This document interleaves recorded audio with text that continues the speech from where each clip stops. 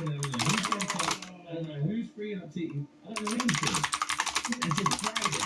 And then it's stopped. Like, you live it, bro. Coronavirus, everyday virus, bro. Piss me off. Sorry, G. Anyway. This one. Mum, can I go to a friend's party? Mum, no. Me. Why? Mum, because I don't know them. My parents, my mum especially, never ever allow me to sleep over. Purely because her response is, what's wrong with our house? That's not an answer. Her response is, what's wrong with our house?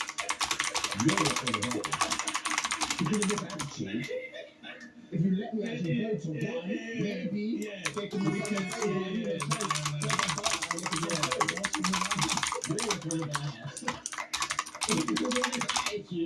I can't go to my boys and chill. What's wrong with our house? That's so infuriated. You don't understand the childhood. They really don't. Sleep over everything for a kid. They didn't grasp it. So what, you just didn't have sleep? Unless it was like family friends. It wasn't broken for school. Unless it was family friends. Yeah. No. I guess from that perspective, it was a safety thing. Yeah. I see how it was. But it. New age, don't do it and bread in the stuff you don't eat in it alive.